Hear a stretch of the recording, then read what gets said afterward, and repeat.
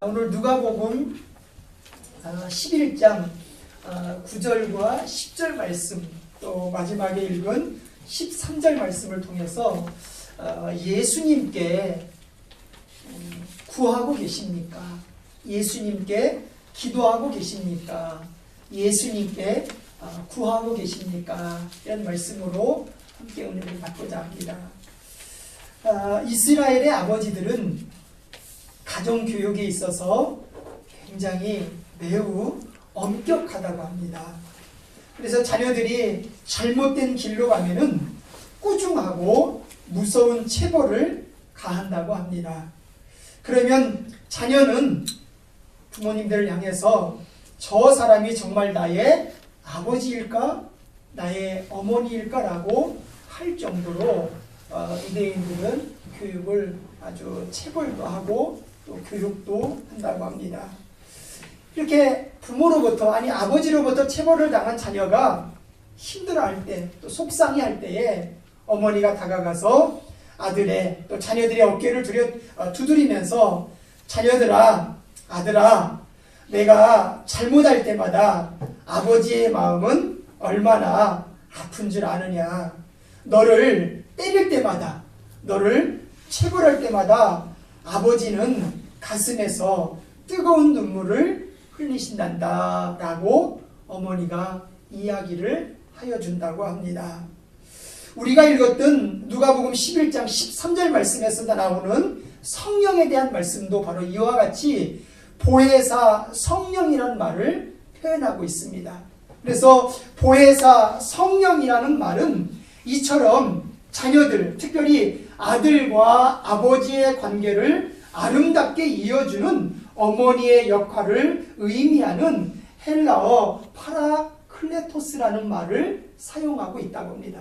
그래서 이 파라클레토스에서 유래된 어머니의 사랑, 어머니의 관심, 어머니의 돌보심이라는 의미에서부터 시작된 이 보혜사 성령이라는 단어가 우리가 애매하게 당하는 고난이나 이해할 수 없는 고통으로 인하여 눈물을 흘리고 있을 때 보혜사 성령께서는 아버지에게 맞은 아들을 위로하는 어머니처럼 눈물을 닦아주고 위로해 주신다고 합니다.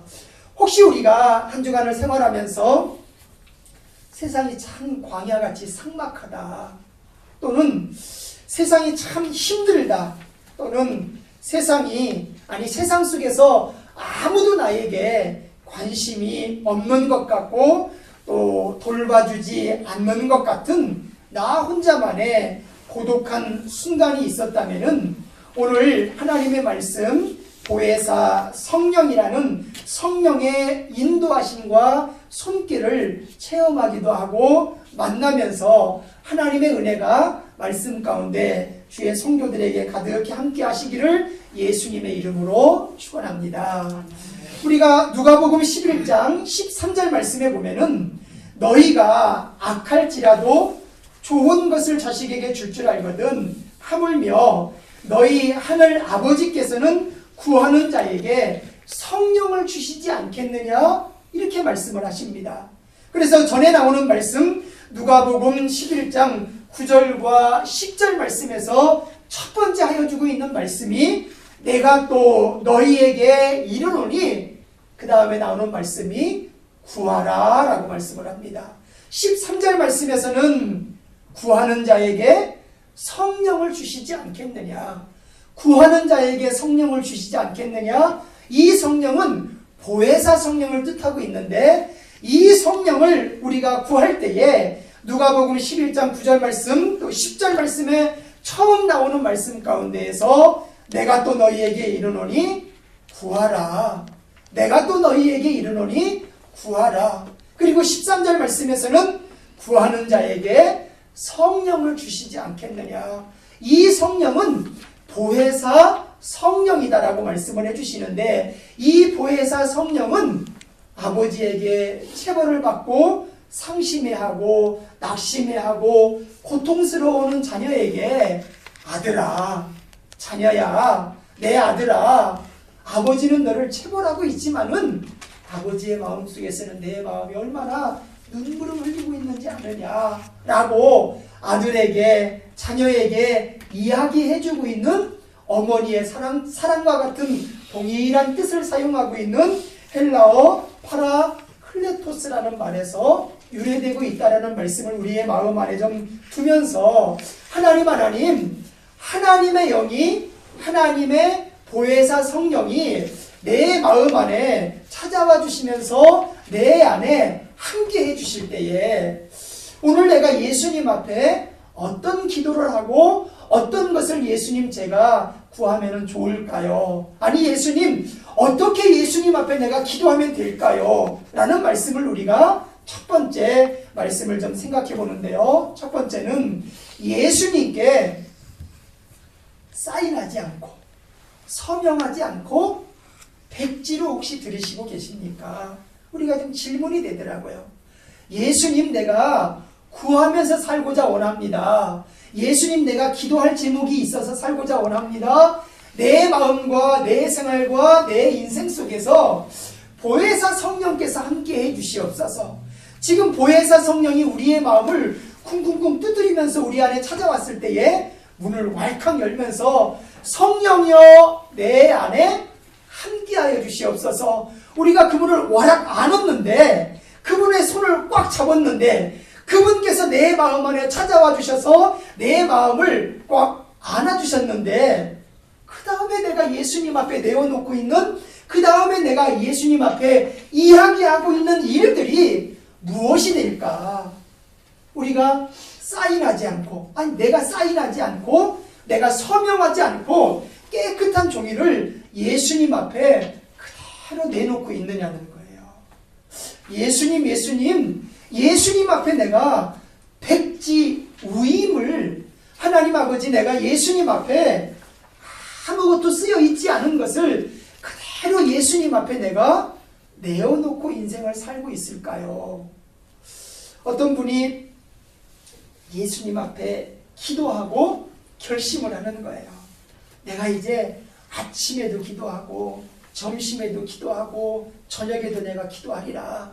아침에는 내가 하나님의 영광을 위해서 이렇게 할 것이고, 점심에도 내가 하나님의 영광을 위해서 내가 반드시 이렇게 살 것이고, 또 저녁에도 내가 하나님과 함께 하면서 내가 이렇게 살 것이다.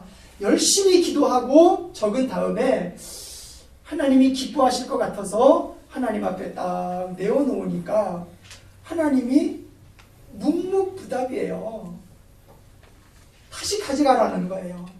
내가 결심하고 내가 하나님 앞에 약속하고 내가 실천한 건데 하나님 앞에 내어놓으니까 하나님이 막 박수를 치면서 또 음악을 틀어서 꽹과리를 치면서 기뻐하실 줄 알으셨는데 말씀도 없고 다시 가져가라는 거예요. 다시 가져가라고. 뭐가 좀 빠졌나? 그리고 계획을 세우는 것 안에 조금 더 추가해서 다시 하나님 앞에 내어놓는 거예요. 하나님, 내가 이렇게 좀 살아보겠습니다. 이것도 잘하고 있겠지요. 이게 참 잘하고 있겠지요. 그런데 하나님이 별반 말씀하지 않으시면서 그 성도의 마음 안에 이런 사인이 좀 다가왔다라는 거예요. 내가 너 자신이 사인하지 말고 백지로 좀 내면 어떻겠느냐. 백지로. 우리가 좋은 믿음을 가지고 있고 좋은 신앙생활을 하고 있고 좋은 열심을 가지고 있는데 제가 계획을 하고 제가 프로그램을 짜고 제가 1번에서부터 서론과 본론과 결론을 제가 내려고 그러니까 제가 자포자기가 되고 제가 낙오하게 되더라고요. 제 자신이.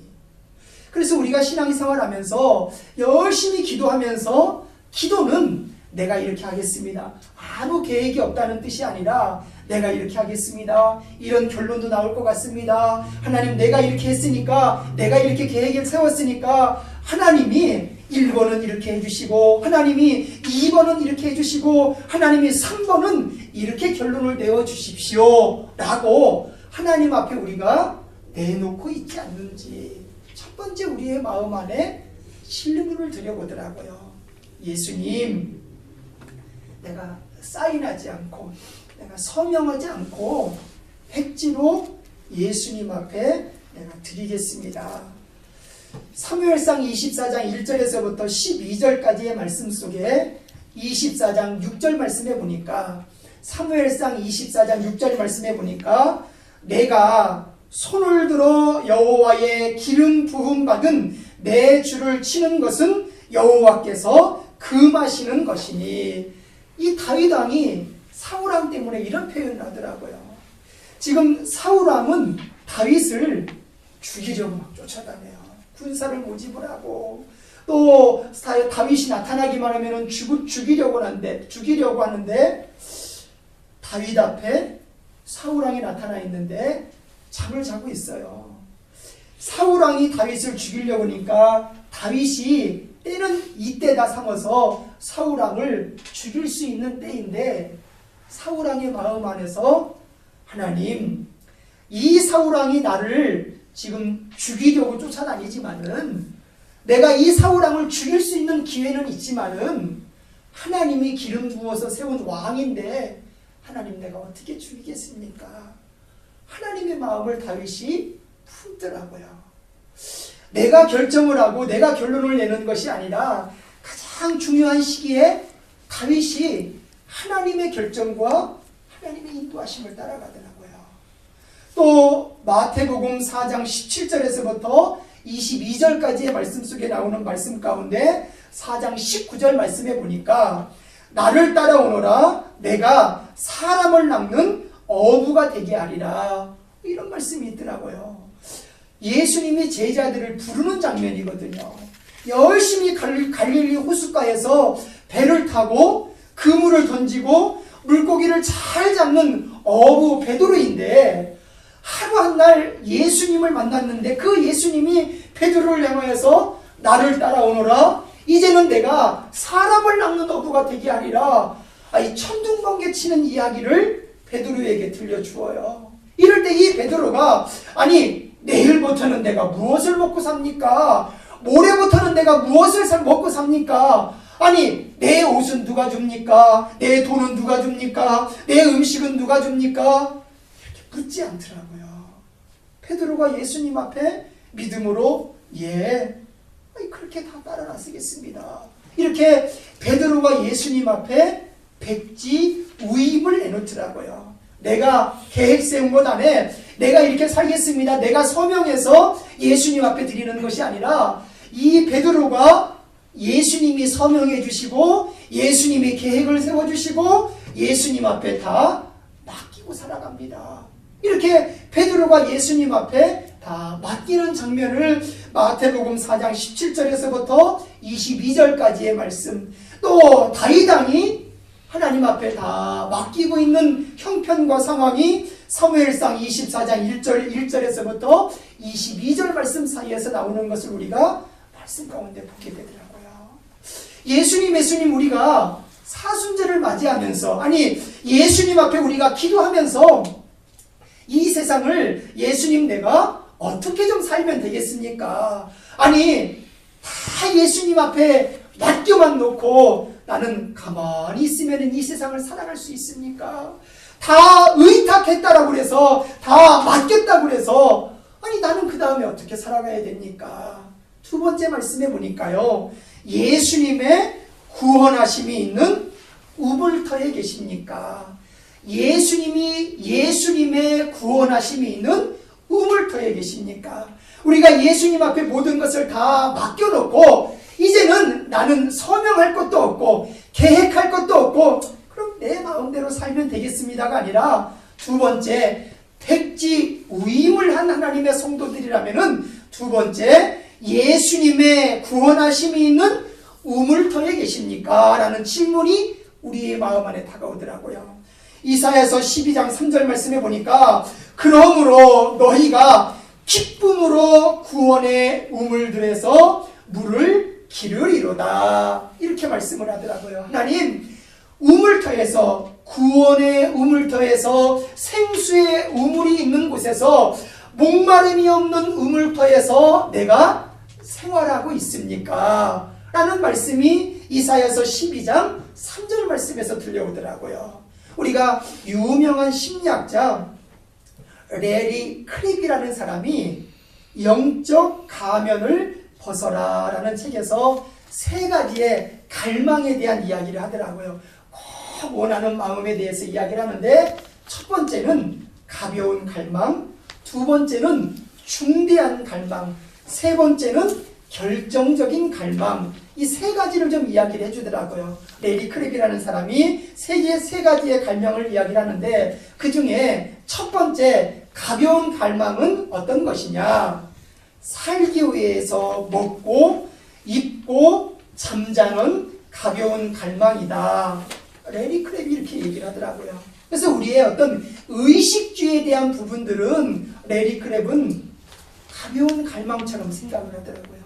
또 두 번째는 중대한 갈망은 내가 이제 의식주의 문제가 좀 풀어지면은 사람은 좀 어느 그룹을 만들고 좀 나와 수준이 맞는 사람들과 좀 만나려고 그러는 어떤 그런 특성을 좀 가지고 있다라는 거예요. 그래서 두 번째가 중대한 갈망이라는 이야기를 해주고요. 마지막 세 번째가 결정적인 갈망 있는데 내가 의식주의 문제가 좀 풀어지고 좀 내가 어느 정도의 수준 있는 삶을 좀 살아가게 되면은 마지막에는 그 다음에 따르는 게 마음의 평안을 줄 수 있는 곳이 어디냐라는 곳을 찾아가게 된다는 이야기를 하더라고요.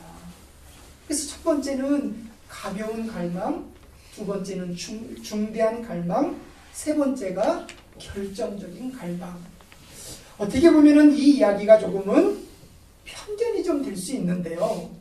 우리가 컴퓨터를 사용하다 보면은 컴퓨터에 바이러스가 들어오면은 내가 열심히 준비해 놓은 작업해 놓은 프로그램들이나 내용들을 전부 다 없애버리는 바이러스가 있더라고요.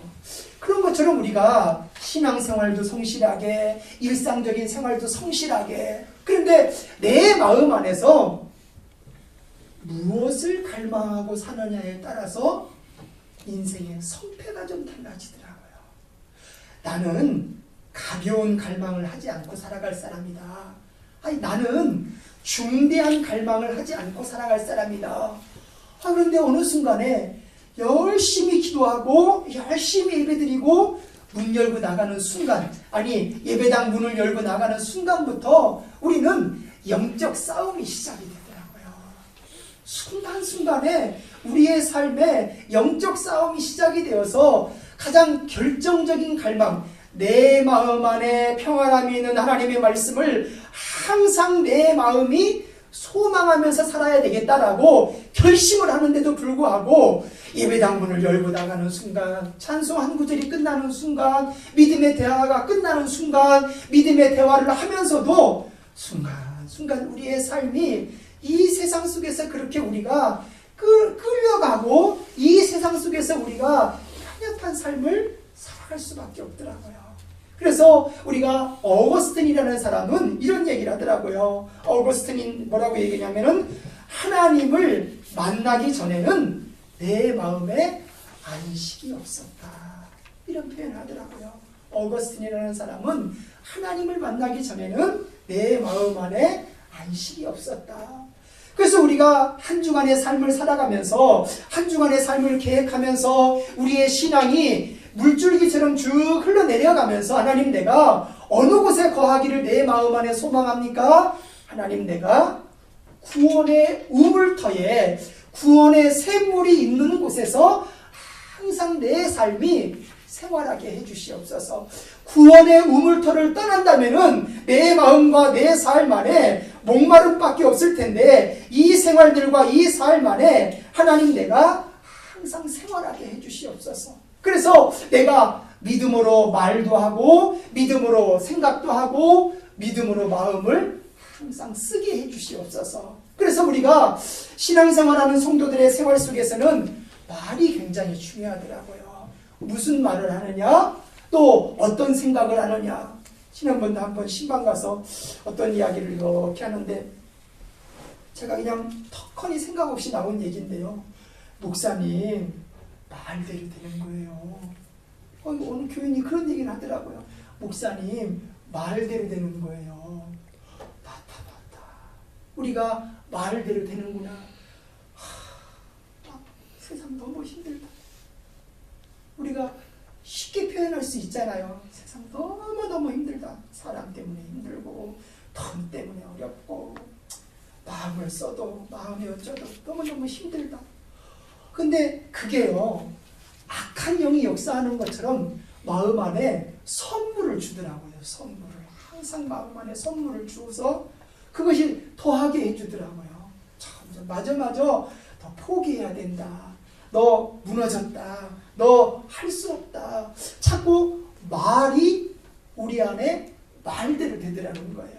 그래서 우리가 할 수만 있으면 믿음의 언어나 믿음의 말을 믿음으로 항상 사용하는 거더라고요. 맞습니다. 예수님의 뜻대로 되기를 내가 소원합니다. 예수님이 이기셨습니다. 예수님이 살아나셨습니다. 예수님이 나의 구원자 하나님이십니다. 그래서 웨이크프레스 교회의 모든 성도들의 삶 안에서 가정이 되었던, 그룹이 되었던, 직장이 되었던, 비즈니스가 되었던 외부적으로 다가오는 환경들로 인하여서 맞아. 저것 때문에, 저 일 때문에, 저 환경 때문에 안 되고 어려운 거야. 모두가 다 그렇게 이야기할 때에도 맞습니다. 하나님은 일하실 수 있습니다. 하나님이 역사하실 수 있습니다. 하나님이 고치실 수 있습니다. 하나님이 이렇게 세우실 수 있습니다. 하나님이 축복하실 수 있습니다라는 믿음의 고백과 은혜가 주의 식구들의 마음 안에서 늘 함께 하시기를 예수님의 이름으로 축원합니다. 그래서 이사야서 12장 3절 말씀 안에 그러므로 너희가 기쁨으로 구원의 우물들에서 물을 기르리로다. 구원의 우물들에서 물을 기르리로다. 하나님 내가 예수님의 구원의 우물터에서 믿음의 삶이 항상 내 신앙과 삶이 함께하기를 원합니다. 함께하시는 하나님의 은혜로 인하여서 내 삶도 하나님의 편에서 영화롭고 내가 속해 있는 가정도 예수 그리스도의 이름으로 영화롭고 내가 참석하는, 내가 예배드리는, 내가 기도하는 하나님의 교회도 영화롭고 내가 살아가는 이 지역도 예수 그리스도의 이름으로만 믿음의 영화롭고 은혜 있는 믿음의 삶을 차지하며 누릴 수 있는 믿음의 특권과 영권과 은혜가 하나님의 교회 안에, 주의 성도들 안에 늘 함께 하시기를 예수님의 이름으로 축원합니다. 그러면 구원의 우물터에 거하는 우리의 삶이 이제 하나님을 향하여, 하나님 앞에 나아가는 우리의 심정이 하나님의 말씀을, 오늘 읽은 하나님의 말씀을 우리가 붙잡고 나아가는 거더라고요. 예수님 앞에 구하고 예수님의 편에서 찾고 예수님의 편에서 두드리는 믿음의 삶을 하나님 내가 살겠습니다. 어떤 소년 하나가요, 길을 가다가 5불짜리를 하나 주셨대요. 5불짜리를. 그렇게 5불이 중요하지 않게도 생각할 수 있겠지만은 어린아이들은 5불짜리 하면은 얼마나 좋겠어요. 그래서 이 어린아이가, 이 소년이 평생을 하늘 한 번 안 쳐다보고 땅만 쳐다보고 다녔대요. 땅만 계속 돌아다니면서 혹시라도 또 5불짜리가 좀 더 생기지 않을까. 그래서 이 소년이 평생을 땅바닥만 쳐다보고 다녔는데 평생 땅만 살피며 살다가 단추 25,519개를 주셨고요. 머리핀 54,172개를 주었고요. 그 다음에 수천 개의 동전과 자질구레한 것들을 주었다라는 거예요. 평생 땅만 바라보고 다니다가. 그런데 이것을 전부 다 팔면은 한 달 생활비도 되지 않았다라는 참 웃기지도 않고 웃지 못할 예화가 있더라고요. 그런데 골로새서 3장 2절에서부터 4절까지의 말씀에서 첫 번째 우리에게 주시는 말씀이 위의 것을 생각하고 땅의 것을 생각하지 말라 라는 말씀을 하더라고요. 위의 것을 생각하고 땅의 것을 생각하지 말라. 그런데 우리가 이 땅에 사는 동안 우리의 마음이나 우리의 생각이 자꾸 땅만 바라보게 돼요. 이 땅에서 좀 우리가, 이 땅에서 좀 내가 무언가 좀 하나 좀 만들어 놓으면 어떨까? 좀 이 땅에서 조금 좀 뭔가 좀 인정받게 무언가 좀 되면 어떨까? 뭔가 좀 되면 어떨까? 우리의 마음 안에서 욕심이라고 할 수도 없고 비전이라고도 할 수도 없고 마음 안에 가지고 있는 우리의 개인적인 야망들이 항상 우리의 마음 안에 불쑥 좀 나서더라고요. 그러면서 내 마음 안에 늘 주어지는 일들이 하나님은 나에게 너무 욕심 부리는 거 아니냐. 근데 그 얘기가 솔직히 듣기가 불편해요. 욕심이 아니라 너는 꿈이 있는 사람이다. 비전이 있는 사람이다. 점점 더 뭔가 될 것이다 라고 막 어두운 밤중에 횃불처럼 환하게 좀 하나님이 나에게 든 것처럼 말씀해 주시면은 막 승승장구하는 것 같아요. 그런데 하나님이 자꾸 욕심 같다는 이야기를 해줘요. 그거는 좀 죄이지 않느냐, 욕심 같지 않느냐. 좀 듣기 싫잖아요, 솔직히 마음 안에. 좀 그 이야기보다는요, 내 마음에 좀 쏙 드는 이야기를 좀 해주십시오. 내 마음에 좀 쏙 드는 이야기를 좀 하나님 해주시면 얼마나 좋겠습니까? 내 마음대로 좀 조정할 수 있고 운전할 수 있는 일들을 좀 나에게 좀 주시면 어떻겠습니까? 그런데 하나님은 자꾸 우리에게 이렇게 욕심이 일하고 또 나와 좀 함께 가자고. 왜 내가 소원하고 내가 결제해서 다 내 마음대로 되는 것처럼 내 마음대로 요청하고 요구하고 있느냐라고 우리에게 말씀해 주시고 또 들려주실 때 자꾸 우리의 마음을 쓰다듬고 우리의 마음을 자꾸 추스리게 되죠. 우리가 생명의 삶을 1월달부터 이렇게 계속 해가면서 마음에 참 감사한 일들은요, 그 새벽의 말씀이 교회나 저에게나 성도들에게 꼭 맞는 말씀을 주시더라고요. 안 돼! 하고 탁 치시는 말씀이 아니라 너는 잘못했어! 너 어디다 우리를 빠뜨리는 게 아니라 계속해서 기회를 주시더라고요. 말씀 가운데 은혜가 계속 말씀으로 인하여서 마음 안에 계속 그때에 맞는 본문에 그때에 맞는 말씀으로 하나님이 은혜를 주시는데 이거 붙잡고 살면 된다. 이 말씀을 내 마음 안에 심으면 된다라고 할 수 있을 정도로 하나님이 마음 안에 말씀을 꼭 새겨 주시더라고요. 그래서 우리는 하나님의 말씀이 있는 구원의 우물터에서 그 우물을 마시기만 하면 되더라고요. 그 우물물을 마시면서 하나님의 말씀을 내가 붙잡고 하나님의 은혜 가운데 살아가고 하나님의 뜻 가운데 내가 살겠습니다라고 우리는 그 하나님의 손을 잡고 잘 따라가면 되더라고요. 그래서 새벽에도 하나님의 말씀으로 또 기쁠 때에도 어렵고 힘들 때에도 그 말씀의 본문을 머릿속으로 묵상하니까요, 마음 안에 그 어려움이나 문제들을 뛰어넘어갈 수 있는 하나님의 은혜를 마음 안에 주시더라고요.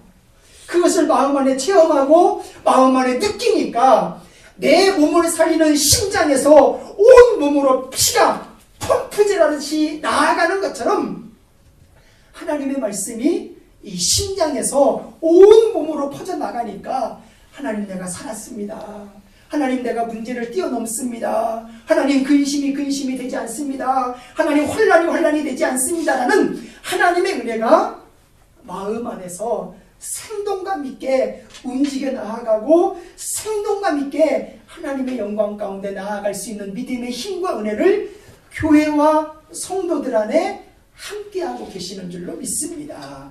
그러면 우리가 이 한 주간을 생활하면서 하나님, 이 사순절 기간 작년에도 있었고 재작년에도 있었고 뭐 내년도 있을 것인데요, 우리가 그 생각에서 이 사순절 기간 동안 내가 어떻게 하면 좀 예수님의 십자가를 내가 직접 지지는 못하지만은 그 예수님의 십자가와 함께하며 예수 그리스도를 닮아가는 믿음의 삶을 하나님 제가 어떻게 하면 살아갈 수 있을까요? 라고 우리가 몸부림쳐볼 때에 개인 안에 있는 기도의 제목들, 교회 안에 있는, 또 가정 안에 있는, 부부 안에 있는, 자녀들 안에 있는 기도의 제목들이 예수 그리스도의 이름으로 하나씩 하나씩 풀어져 나아가는 은혜를 우리가 체험하고 만나게 되는 줄로 믿습니다. 그래서 제목 있는 그대로 생명의 삶, 우리가 하루하루 말씀을 동행하고 하루하루 하나님 앞에 기도하면서 구원이 있는 하나님의 우물터에서 우리가 삶을 살아갈 때에 하나님, 나는 죽을 고비를 잘 넘겨서 살아있습니다. 하나님, 나는 넘어질 위기에서 잘 넘어서서 하나님, 나는 굳건하게 서 있습니다. 이러한 하나님의 은혜와 복이 하나님의 성도들의 마음 가운데 그렇게 우리가 함께할 때에 생명의 삶 소그룹이 모였을 때에 리더를 중심으로 해서 모든 식구들이 나는 이 한 주간을 말씀 가운데 이렇게 살아있습니다. 나는 이 한 주간을 이 말씀 가운데 이렇게 소망을 얻었습니다라는 믿음의 간증과 은혜가 내가 살고 남도 살릴 수 있는, 우리를 살릴 수 있는 하나님의 성도들의 삶의 은혜가 예수 그리스도의 이름으로 가득함으로 인하여 우리의 마음 안에 날마다 울리며 날마다 찾아가며 날마다 메아리치는 하나님의 찬송의 은혜가, 말씀의 은혜가 주의 성도들 가운데 늘 함께 하시기를 예수님의 이름으로 축원합니다.